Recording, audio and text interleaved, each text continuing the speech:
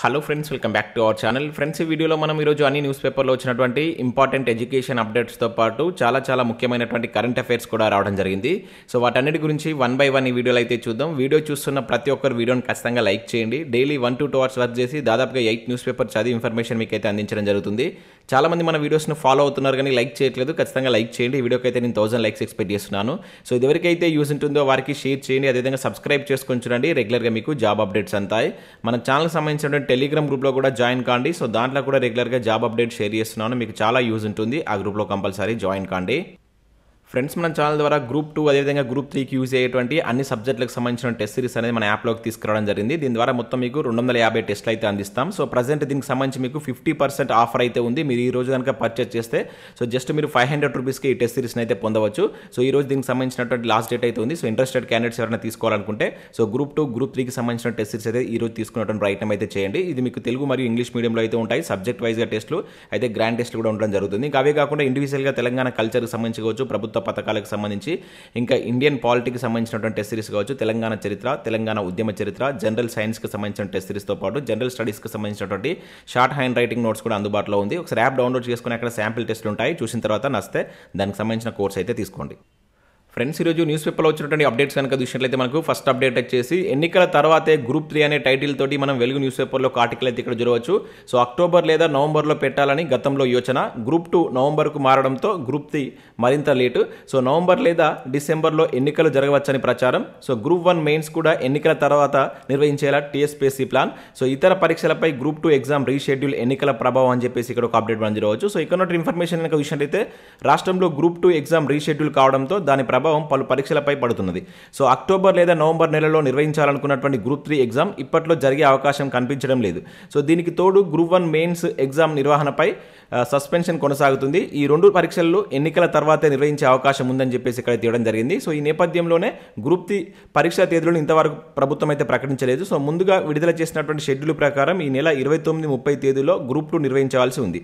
అయితే సో ఇక్కడ చూసినట్లయితే మనకు ఈ నెలలో గురుకుల పరీక్షలు ఉండడంతో గ్రూప్ 2 వాయిదా వేయాలని అభ్యర్థులు పెద్ద ఎత్తున ఆందోళన చేపట్టారు. సో దీంతో సర్కారు నవంబర్ 2, 3 తేదీలకు రీషెడ్యూల్ అయితే చేసింది. సో ఈ పరీక్షా తేదీలు మార్పుతో మిగిలినటువంటి పరీక్షలపై ప్రభావం పడిందని చెప్పేసి ఇక్కడ చూడవచ్చు. సో నిరుడు డిసెంబర్లో 1363 గ్రూప్ 3 పోస్టుల భర్తీకి నోటిఫికేషన్ ఇవ్వగా 5,36,000 మంది అప్లై చేసుకున్నారు. సో నోటిఫికేషన్ ఇచ్చి 8 నెలలు గడుస్తున్నా పరీక్షా తేదీని ప్రకటించలేదు. సో తీరా పరీక్షలను అక్టోబర్, నవంబర్ నెలలో పెట్టేందుకు ఏర్పాట్లు చేస్తుండగా గ్రూప్ 2 పరీక్ష నవంబర్కు రీషెడ్యూల్ అయింది. దీంతో గ్రూప్ 3 పరీక్ష ఇప్పట్లో కష్టంగానే మారిందని చెప్పేసి ఇక్కడ ఇవ్వడం జరిగింది. సో ఎన్నికల తర్వాతే ఆ పరీక్షలు అంటే ఇక్కడ ఇచ్చారు. అంటే గ్రూప్ 3 కావచ్చు, అదేవిధంగా గ్రూప్ 1 మెయిన్స్ అనేటువంటిది మనకు ఎన్నికల తర్వాతే జరిగే అవకాశం ఉందని చెప్పేసి ఇక్కడ ఇచ్చారు. ఇక్కడ మనం చూసినట్లయితే సో ఫిబ్రవరి లేదా మార్చి నెలలో గ్రూప్ 3 ఎగ్జామ్ ఫిబ్రవరి నెలలో గ్రూప్ 1 మెయిన్స్ నిర్వహించి ఫిబ్రవరి లేదా మార్చి నెలలో గ్రూప్ 3 ఎగ్జామ్స్ జరిగేటువంటి అవకాశం ఉందని చెప్పేసి ఇచ్చారు.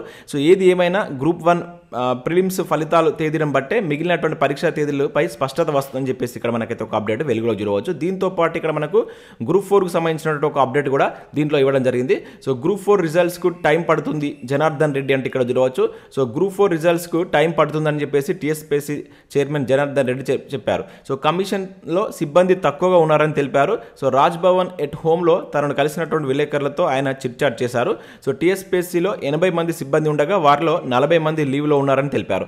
సో UPSCలో 2,000 మంది ఉంటారని వివరించారు. సో గ్రూప్ 4కు 8 లక్షల మందికి పైగా అభ్యర్థులు పరీక్ష రాశారని, సో వారికి సంబంధించినటువంటి 17 లక్షల పేపర్లు ఉన్నాయని వెల్లడించడం జరిగింది. సో దీనివల్ల గ్రూప్ 4 ఫలితాలు కొంత లేట్ కావచ్చు అనే ఉద్దేశంతో ఇక్కడ మనకు ఒక న్యూస్ అయితే రావడం జరిగింది. సో ఇక్కడ సేమ్ అప్డేట్ ఆంధ్రప్రభ న్యూస్ పేపర్లో కూడా చూడవచ్చు. గ్రూప్ 4 ఫలితాలకు ఇంకా సమయం ఉంది, మీడియాతో TSSPC చైర్మన్ జనార్దన్ రెడ్డి అని చెప్పేసి ఇక్కడ మనకి ఇవ్వడం జరిగింది. సో గ్రూప్ 4 పరీక్షా ఫలితాలకు ఇంకా సమయం ఉందని TSSPC చైర్మన్ జనార్దన్ రెడ్డి పేర్కొన్నారు. హైదరాబాద్లో మీడియాతో జరిగినటువంటి ఒక చిట్చాట్లో ఆయన ఈ వ్యాఖ్యలు చేసినట్టు తెలిసిందని చెప్పేసి ఇక్కడ గ్రూప్ 4కి సంబంధించిన అప్డేట్ కూడా మనకి ఈరోజు పలు న్యూస్ పేపర్లో అయితే రావడం జరిగింది. ఇక నెక్స్ట్ అప్డేట్ కనుక విషయం ఇక్కడ మనకు టెట్కి సంబంధించినటువంటి ఒక అప్డేట్ అయితే చూడవచ్చు. సో టెట్ పరీక్షా కేంద్రాలు హౌస్ఫుల్ అని చెప్పేసి ఇక్కడ ఇవ్వడం జరిగింది. 6 జిల్లాల్లో మూసివేత. సో ఆలస్యంగా దరఖాస్తు చేసుకునేటువంటి అభ్యర్థులు పక్క జిల్లాలే. సో నేటితో ముగియనటువంటి దరఖాస్తు గడువు అని చెప్పేసి ఇక్కడ ఇవ్వడం జరిగింది. సో ఉపాధ్యాయ అర్హత పరీక్ష టెట్ దరఖాస్తుకు బుధవారం ఆఖరి రోజు కావడంతో అభ్యర్థులు వేగంగా దరఖాస్తులు సమర్పిస్తున్నారు. ఈ క్రమంలో అనేక చోట్ల టెట్ నిర్వహణ కేంద్రాలు పూర్తిగా నిండిపోయాయి. దీంతో ఆలస్యంగా ఎవరైతే దరఖాస్తు చేసుకున్నటువంటి అభ్యర్థులు ఉంటారో వాళ్ళు పక్క జిల్లాకు వెళ్ళి పరీక్ష రాయాల్సినటువంటి పరిస్థితి ఏర్పడిందని చెప్పేసి ఇక్కడ ఇచ్చారు. సో టెట్ నిర్వహణ కోసం ప్రభుత్వం నోటిఫికేషన్ జారీ చేసిన విషయం మనకు తెలిసిందే. సో దానికి ఈ నెల 2 నుంచి దరఖాస్తులు అయితే స్వీకరిస్తున్నారు. సో మనకు 14వ తారీఖు సాయంత్రం వరకు, అంటే ఈ నెల 14 సాయంత్రం వరకు మనకు 2.5 లక్షల వరకు దరఖాస్తులు వచ్చినట్లు సమాచారం అని చెప్పేసి ఇక్కడ ఇవ్వడం జరిగింది. మొత్తం 33 జిల్లాలకు వీటికి సంబంధించిన సెంటర్స్ కేటాయించినప్పటికీ దీనిలో ఇప్పటివరకు 6 జిల్లాలు అయితే కంప్లీట్గా ఫిల్ అయినట్లు ఇక్కడ ఒక అప్డేట్ అయితే మనకు రావడం జరిగింది. నెక్స్ట్ ఇక్కడ విషయం అయితే మనకు టెట్కి సంబంధించి మరొక అప్డేట్ కూడా రావడం జరిగింది. సో పరీక్ష రోజే టెట్ దరఖాస్తులో తప్పుల సవరణ అంటే ఇక్కడ చూడవచ్చు. చాలామంది టెట్ అప్లికేషన్లో మిస్టేక్ చేస్తున్నాం, సో ఎడిట్ ఆప్షన్ ఇస్తారా లేదని చెప్పేసి అయితే అడుగుతున్నారు. సో దానికి సంబంధించి ఇక్కడ మనకైతే క్లారిటీ రావడం జరిగింది. సో ఉపాధ్యాయ అర్హత పరీక్ష టెట్ దరఖాస్తుల సమయంలో తప్పులు దొరికితే అభ్యర్థులు ఆందోళన చెందనక్కర్లేదు లేదని చెప్పేసి ఇక్కడ మనకు ఎన్సీఆర్టీ అధికారులు తెలిపారు. సో తప్పులను టెట్ పరీక్ష రోజే నామినల్ రోల్స్లో సవరించుకోవచ్చని స్పష్టం చేశారు. సో అభ్యర్థులు తొందరపాటుతో మీ సేవ ఆన్లైన్ కేంద్రాల నిర్వాహకుల తప్పిదంతో దరఖాస్తులో తప్పులు దొరుకుతున్నాయి. సో ఎడిట్ ఆప్షన్ లేక అభ్యర్థులు మరో దరఖాస్తు సమర్పించేందుకు సిద్ధపడుతున్నారు. దీంతో అభ్యర్థులపై అదనపు భారం పడుతుంది. ఇదే విషయాన్ని నమస్తే తెలంగాణ ఎన్సీఆర్టీ అధికారుల దృష్టికి తీసుకెళ్లింది. అయితే అధికారులు స్పందిస్తూ తప్పులు దొరికినట్లయితే సో పరీక్ష రోజున ఇన్సులేటర్ను సంప్రదించి ఆయా తప్పులకు సంబంధించిన నామినల్ రోల్స్ను సవరించుకోవాలని చెప్పేసి ఇక్కడ సూచించినట్లు చూడవచ్చు. సో అదే రోజు ఎగ్జామ్ రోజే సో మీరు వాటిని ఎడిట్ చేసుకునేటువంటి అవకాశం వాళ్ళు కల్పిస్తారంటారు అని చెప్పేసి ఇక్కడ మనకి ఎన్సీఆర్టీ అధికారులు తెలిపినట్టు ఒక అప్డేట్ అయితే చూడవచ్చు. ఇక నెక్స్ట్ కనుక చూసినట్టు మనకు ఈనాడు ప్రతిభకు సంబంధించి ఈరోజు ఇక్కడ సో మనకు భవిష్యత్ తరాల శక్తి వనరులు అని చెప్పేసి ఒక ఆర్టికల్ అయితే మనకు రావడం జరిగింది. ముఖ్యంగా ఇండియన్ జాగ్రఫీకి సంబంధించిన దానిపైన ఒక ఆర్టికల్ ఉంది. అదే కాకుండా ఇంకా ఇక్కడ మనకు ఆధునిక భారతదేశ చరిత్రకు సంబంధించి సాంఘిక మత సంస్కరణ ఉద్యమాలకు సంబంధించిన దానిపైన ఒక బిట్ బ్యాంక్ అయితే ఇచ్చారు. చాలా ఇంపార్టెంట్ ఆర్టికల్. ఒకసారి దీన్ని డౌన్లోడ్ చేసుకొని వీటిని ప్రాక్టీస్ చేసేటువంటి ప్రయత్నం అయితే చేయండి. సో ఇవి మనకు వివిధ న్యూస్ పేపర్లో వచ్చినటువంటి education updates. Next current affairs చూద్దాం. ఈ రోజు అయితే చాలా ఇంపార్టెంట్ కరెంట్ అఫైర్స్ ఉన్నాయి. స్కిప్ చేయకుండా ఎండ్ వరకు చూడండి. చూసే ప్రతి ఒక్కరు ఖచ్చితంగా లైక్ చేయండి. ఒకటే వీడియోలో మీకు ఎడ్యుకేషన్ అప్డేట్స్ అదేవిధంగా కరెంట్ అఫైర్స్ కలిపి అయితే అందించడం జరుగుతుంది. ఖచ్చితంగా లైక్ చేసి సో మీ మిత్రులకైతే వీడియోని షేర్ చేసే ప్రయత్నం చేయండి. సో దాంతోపాటు గ్రూప్ 2 గ్రూప్ 3కి సంబంధించినటువంటి టెస్ట్ సిరీస్ పైన సో మనకి ఈ రోజు అయితే 50% ఆఫర్ అయితే ఉంది. సో మన యాప్ సంబంధించి మీరు డౌన్లోడ్ చేసుకొని చూడండి. సో ఇంటర్వెల్కి కావాలనుకుంటే ఈ రోజు తీసుకున్నటువంటి ప్రయత్నం అయితే చేయండి.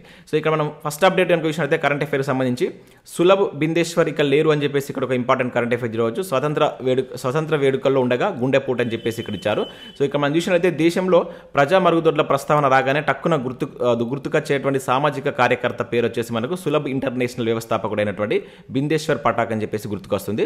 సో ఇతను నిన్న చనిపోతూ మనకు వార్తల్లో అయితే నిలవడం జరిగింది. ఢిల్లీలోని ఎయిమ్స్లో మంగళవారం గుండెపోటుతో చికిత్స పొందుతూ ఆయన కన్ను మూశారంటే ఇక్కడ గుర్తుంచుకోండి. సో ఇక్కడ మనం గుర్తుంచుకోవాల్సిందే ఇతని యొక్క స్పెషాలిటీ ఏంటి, ఇతని పేరు గుర్తుంచుకోండి.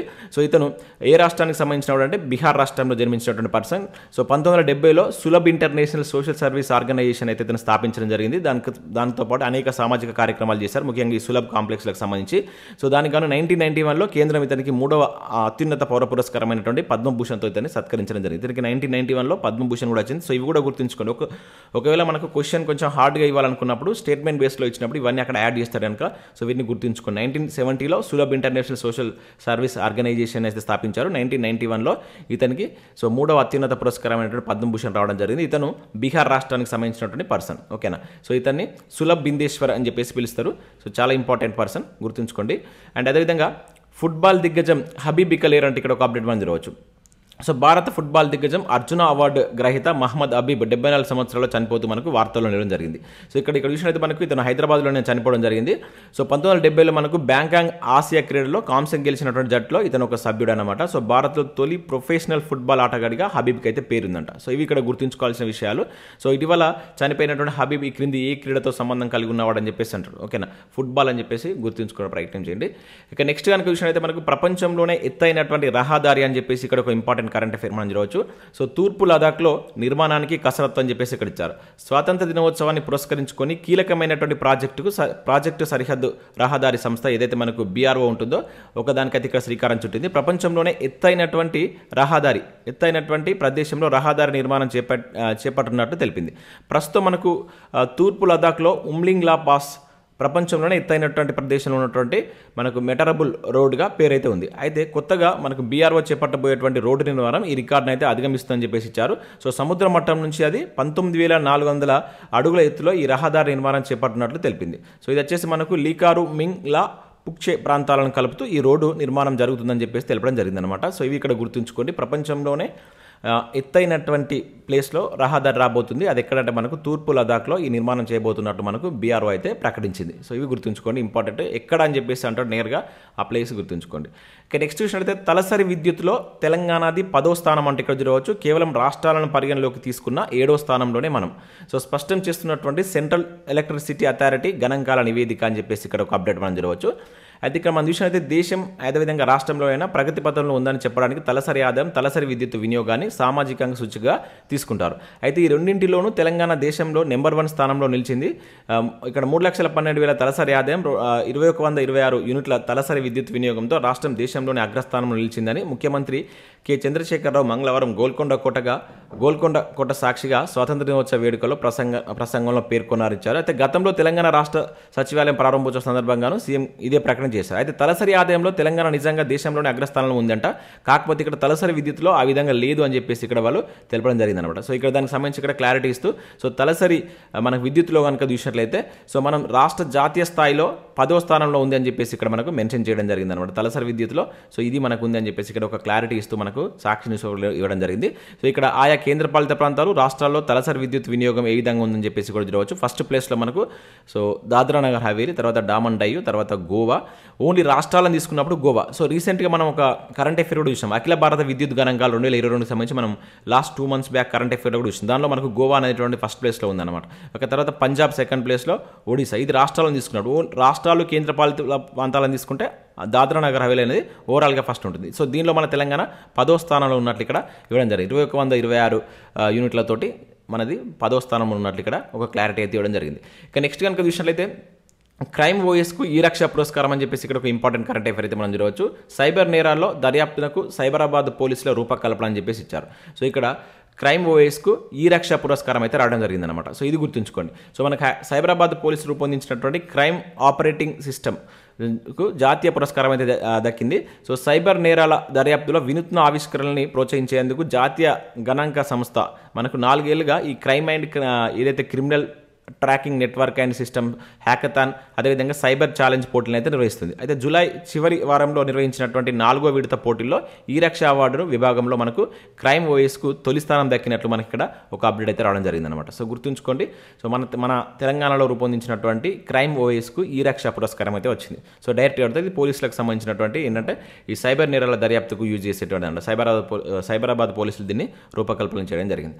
ఇక నెక్స్ట్ కనుక చూసినట్లయితే మొబైల్స్ తయారీలో 2వ స్థానానికి ఇండియా అని చెప్పేసి ఇక్కడ ఒక అప్డేట్ చూడవచ్చు. వెల్లడించినటువంటి కౌంటర్ పాయింట్ అని చెప్పేసి ఇక్కడ ఇచ్చారు. సో ఇక్కడ మనం చూసినట్లయితే సో ఇండియాలో 2014 నుంచి 2022 మధ్య 200 కోట్ల మొబైల్ ఫోన్స్ తయారయ్యాయని చెప్పేసి ఇవ్వడం జరిగింది. ఏటా 23% వృద్ధి కనిపించింది. సో డిమాండ్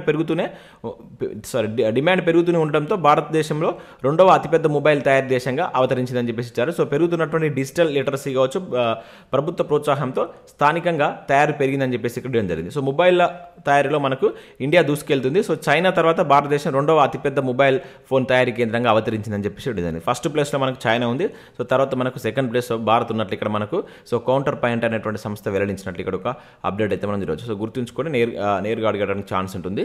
ఇక నెక్స్ట్ విషయాలు అయితే మహిళా భద్రతకు బస్సులో భరోసా అంటే ఇక్కడ ఒక అప్డేట్ మనం చూడవచ్చు. కార్యక్రమాన్ని ప్రారంభించినటువంటి మంత్రి కేటీఆర్. సో మహిళల భద్రతకు సిరిసిల్ల పోలీస్ షీ టీమ్స్ ఆధ్వర్యంలో బస్సులో భరోసా అమలు చేస్తున్నట్లు మంత్రి కేటీఆర్ ఇక్కడ ఒక అప్డేట్ అయితే రావడం జరిగింది, ప్రారంభించినట్లు. సో బస్సులో భరోసా అనేటువంటి కార్యక్రమాన్ని మంత్రి కేటీఆర్ ఇటీవల ఏ జిల్లా నుంచి ప్రారంభించాడు అని చెప్పేసి అంటారు. సో రాజన్న సిరిసిల్ల జిల్లా అని చెప్పేసి గుర్తుంచుకోండి. స్వాతంత్ర దినోత్సవం సందర్భంగా సిరిసిల్ల కలెక్టరేట్లో మంత్రి కేటీఆర్ ఈ కార్యక్రమాన్ని ప్రారంభించారు. సో జిల్లా వ్యాప్తంగా 77 బస్సులో సీసీ కెమెరాలు ఏర్పాటు చేయడం అభినందనీయమని చెప్పేసి చెప్పడం జరిగింది. త్వరలో అన్ని బస్సుల్లో కూడా ఈ ఏర్పాటు చేయనున్నట్లు మంత్రి చెప్పినట్లు ఇక్కడ ఒక అప్డేట్ మనం చూడవచ్చు. సో నేరుగా అడుగుతారు ఎక్కడి నుంచి స్టార్ట్ చేశారని, ఆ ప్రోగ్రామ్ పేరు గుర్తుంచుకోండి అండ్ స్టార్ట్ అయినటువంటి ప్లేస్ కూడా ఇంపార్టెంట్.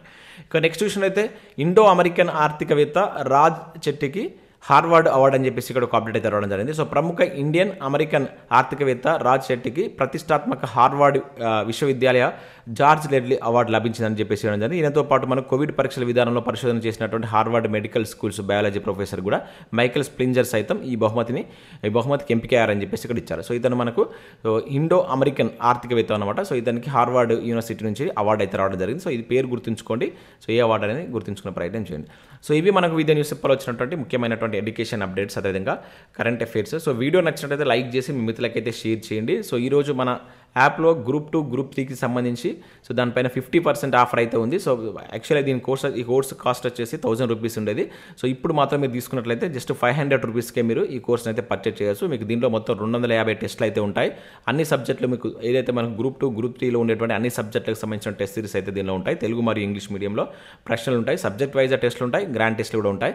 సో కావాలనుకున్నారు యాప్ డౌన్లోడ్ చేసుకుని ఈరోజు తీసుకున్నటువంటి ప్రయత్నం అయితే చేయండి. Thanks for watching. Thank you.